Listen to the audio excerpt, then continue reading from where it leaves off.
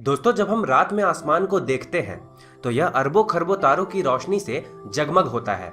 ये तारे मात्र हमारे आकाशगंगा मिल्की वे के हैं और ऐसे ही अरबों गैलेक्सीज में अनंत तारे मौजूद हैं।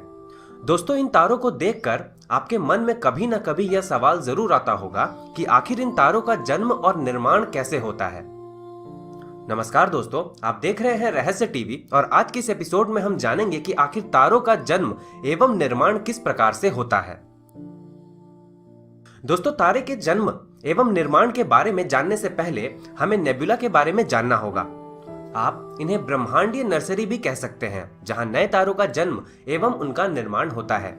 नेबुला ऐसे गैस और डस्ट के बादल होते हैं जहां नए तारों और सोलर सिस्टम्स का जन्म होता है। नेबुला मुख्य रूप से दो अलग अलग कारणों से बन सकते हैं, जिसमें पहले प्रकार का नेबुला हमारे ब्रह्मांड की उत्पत्ति के बाद बना था। हमारे ब्रह्मांड के जन्म के बाद ब्रह्मांड में एटम्स का निर्माण हुआ और इन एटम्स से गैस और डस्ट के बादलों का निर्माण हुआ। अर्थात इस प्रकार के नेबुला का निर्माण किसी तारे के मृत्यु के बाद नहीं होता, बल्कि इस प्रकार के नेबुला हमारे ब्रह्मांड के उत्पत्ति के साथ ही मौजूद है। आप इन्हें ब्रह्मांड के बेसिक मैटर्स भी कह सकते हैं। दूसरे प्रकार के नेबुला का जन्म हमारे सूर्य से बेहद ही विशाल तारे में विस्फोट होने से होता है, जिसे सुपरनोवा कहा जाता है। सुपरनोवा के बाद बेहद ही बड़ी मात्रा में गैस और डस्ट उत्पन्न होते हैं, जिसके बाद इनसे नेबुला का निर्माण होता है। नेबुला का आकार कुछ प्रकाश वर्ष से लेकर 1000 प्रकाश वर्ष हो सकता है। दोस्तों, अभी तक आपने नेबुला के बारे में काफी कुछ जान लिया होगा। आप आसान शब्दों में इन्हें तारों का घर भी कह सकते हैं। नेबुला में मौजूद डस्ट और गैस ऐसे ही लंबे समय तक बने रहते हैं, जब तक कि कोई दूसरा तारा या पिंड इस गैस और डस्ट के बादल में हलचल पैदा न कर दे। यह इंतजार हजारों या लाखों वर्ष का भी हो सकता है।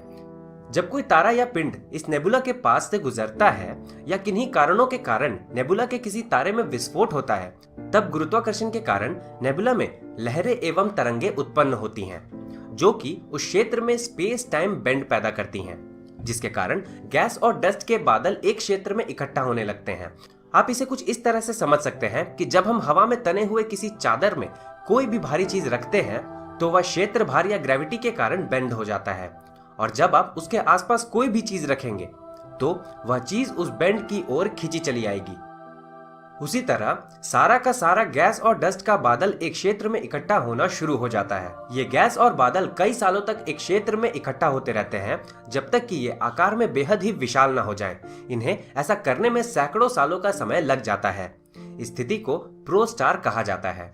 जैसे जैसे प्रोस्टार बड़ा होता है, इस पर गुरुत्वाकर्षण बढ़ने लगता है, जो इसे छोटा और छोटा करने की कोशिश करता है, और धीरे धीरे प्रोस्टार की डेंसिटी बढ़ने लगती है और इसमें प्रेशर भी बढ़ने लगता है, और धीरे धीरे प्रोस्टार इस दबाव यानी कि प्रेशर के कारण गर्म होने लगता है। आप इसे इस प्रकार से समझ सकते हैं कि जब हम साइकिल के ट्यूब में ज्यादा हवा भरने लगते हैं तो ट्यूब गर्म होने लगता है। यह प्रोस्टार सैकड़ों सालों तक ऐसे ही गर्म होता रहता है, जब तक कि इसका तापमान 10 मिलियन केल्विन तक नहीं पहुंच जाता। जब इसका तापमान 10 मिलियन केल्विन से अधिक हो जाता है, तब इसमें हाइड्रोजन फ्यूजन की प्रक्रिया शुरू हो जाती है। तब प्रोस्टार एक स्टार में यानी कि तारे में बदल जाता है। तब यह तारा जलने लग जाता है और इसका प्रकाश बेहद ही तेज हो जाता है। सोलर विंड बचे हुए डस्ट और गैस के बादल को सुदूर अंतरिक्ष में धकेल देती है। तारे के जन्म के बाद बचे कॉमेट्स, एस्ट्रॉइड से पिंडों का जन्म होता है। हमारे सबसे समीप के तारे और हमारे लाइफ के बेसिक इंग्रेडिएंट्स में से एक सूर्य का जन्म भी इसी प्रकार हुआ था। धन्यवाद दोस्तों, आज की इस वीडियो में बस इतना ही। अगर आपको नेबुला और उसके प्रकार के बारे में एक पूरी वीडियो चाहिए तो मुझे नीचे कमेंट करके जरूर बताएं। अगर आपने हमारे चैनल को अभी तक सब्सक्राइब नहीं किया है तो नीचे सब्सक्राइब बटन को क्लिक कर आप हमारे चैनल के साथ जुड़ सकते हैं। धन्यवाद।